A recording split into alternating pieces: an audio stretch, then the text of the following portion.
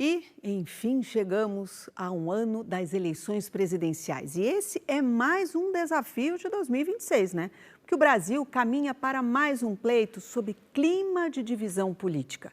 O presidente Lula pretende disputar a reeleição.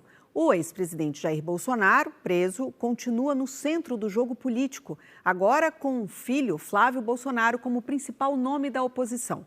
A eleição polarizada é o tema de hoje da série Desafios de 2026.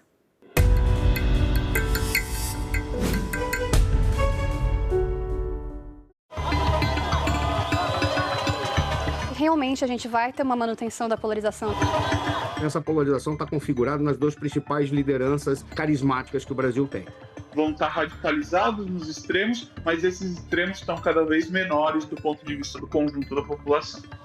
A gente tem um cenário no qual 54% da população brasileira não está polarizado e a voz dessas pessoas é muito subrepresentada no debate político.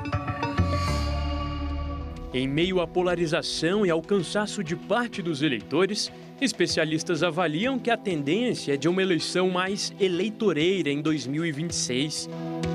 De um lado, o Planalto aposta na reeleição de Lula, com discurso de continuidade, programas sociais e aumento de políticas populares. O governo já deu sinais de que pretende levar à campanha propostas de forte apelo, como o transporte público gratuito e a redução da escala de trabalho 6x1. Já o bolsonarismo busca se manter vivo, mesmo com Jair Bolsonaro preso e fora da disputa eleitoral. Apesar de não ter alcançado unanimidade na direita, Flávio Bolsonaro aparece como o principal rosto da oposição para representar o pai nas urnas e investe em promessas para bater de frente na disputa pelo eleitor, com foco na segurança pública e nas ações de combate ao crime organizado. Investidas dos dois lados, que, pelo populismo, preocupam os setores econômicos. O que nós precisamos é uma discussão de política equilibrada e séria, que realmente se apresente proposta para o Brasil do amanhã. Não interessa mais para a indústria qual é a proposta de 2026, 2027, 2028. Qual é a proposta para o Brasil de amanhã? Qual é o grau de compromisso para o Brasil de amanhã? Não é a esquerda ou a direita que vai fazer a diferença. É a proposta. E a convergência desse esforço é deixar de lado nós e eles. Nós queremos anistia! Anistia já! Sim! Anistia para golpista! Sim! Anistia! Para quem olha de longe, o cenário até parece simples. Dois polos, dois grupos, duas visões de Brasil diferentes. Mas quando a gente se aproxima desse cenário, tudo fica mais complexo. Os polos continuam existindo, cada vez mais extremados, mas em pequena quantidade, segundo os pesquisadores. Um levantamento nacional da Quest, que ouviu 10 mil pessoas sobre o perfil dos eleitores, indica que 54% dos brasileiros não se identificam nem como de direita, nem como de esquerda. É um eleitorado menos ideológico, mais pragmático. Ele é formado por dois perfis diferentes.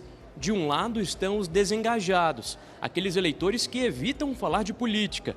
Ao lado deles estão os cautelosos, um grupo menos radical e potencialmente decisivo em 2026. Eles não são despolitizados, eles simplesmente estão rejeitando a maneira como a política está sendo feita.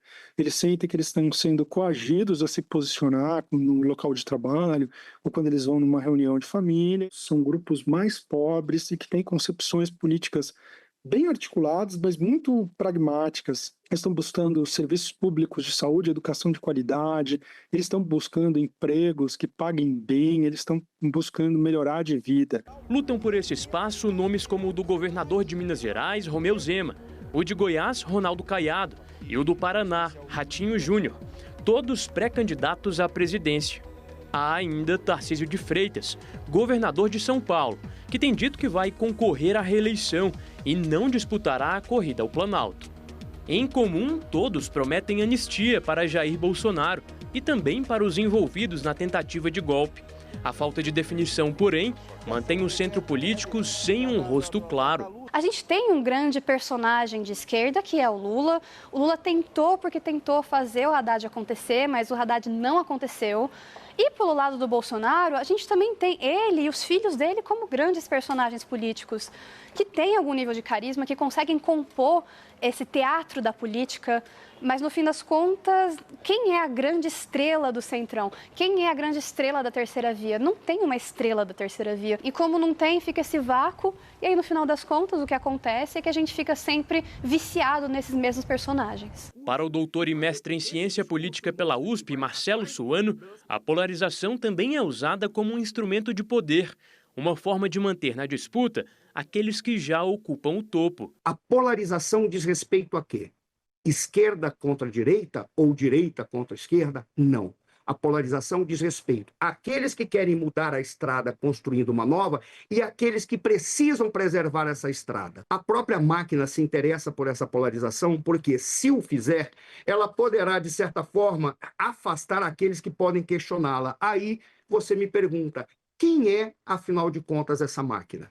Essa máquina é o nosso sistema político. É um sistema político que brinca entre presidencialismo e parlamentarismo e acaba produzindo um conjunto de problemas mais do que soluções. Apesar de os grupos extremados perderem o fôlego, analistas garantem que a polarização ainda segue forte e deixou de ser apenas ideológica para se transformar em um fenômeno político e social, em que a emoção fala mais alto e torna tudo ainda mais complexo. A política brasileira ela é extremamente imprevisível e, além de tudo, ela é extremamente emocional. Assim, quando a gente pensa em polarização afetiva, que tem sido a discussão que tem sido feita já faz muitos anos, desde 2018 pelo menos, a gente percebe que a polarização ela não é racional, não vem necessariamente de o cidadão brasileiro se identificar com uma pauta tal ou qual. Vem a partir de emoção, ele se identifica com o Bolsonaro ou ele se identifica com o Lula. Ainda vão ser alguns anos até a gente conseguir realmente parar de pensar com o coração e começar a pensar com a cabeça. O cientista político Leandro Consentino destaca que, para além das paixões políticas, as demandas concretas também devem pesar na escolha do eleitor. Eu acho que tem temas importantes que definem as eleições de 2026. O primeiro deles, acho que está aí o bode na sala que ninguém tira, é a questão da segurança pública. Ela está bem colocada aí. Um segundo ponto é a economia. A economia sempre é um grande definidor do ponto de vista das eleições. E um terceiro ponto é justamente aquele discurso que, de alguma forma, consiga encantar mais os brasileiros para o próximo quadriênio, né? Buscando aí, ainda que as duas candidaturas principais apontem para uma continuidade, seja do atual governo, seja da oposição do governo anterior, que busquem uma renovação de discurso. Fato é que, em 2026, o eleitor de centro será disputado.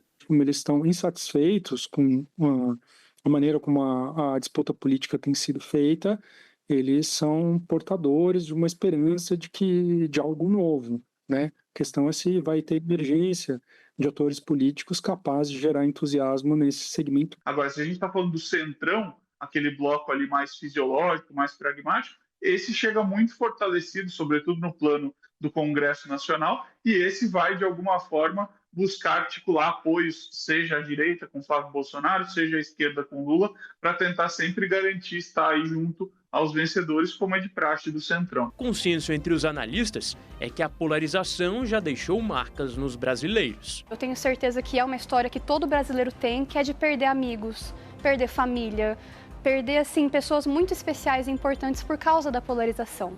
E eu tenho certeza que todo brasileiro quer que a polarização acabe. A gente quer voltar a ser um país unido. Quando o Brasil passar a ser dos brasileiros para os brasileiros e não dos brasileiros para os políticos, a polarização afetiva vai acabar.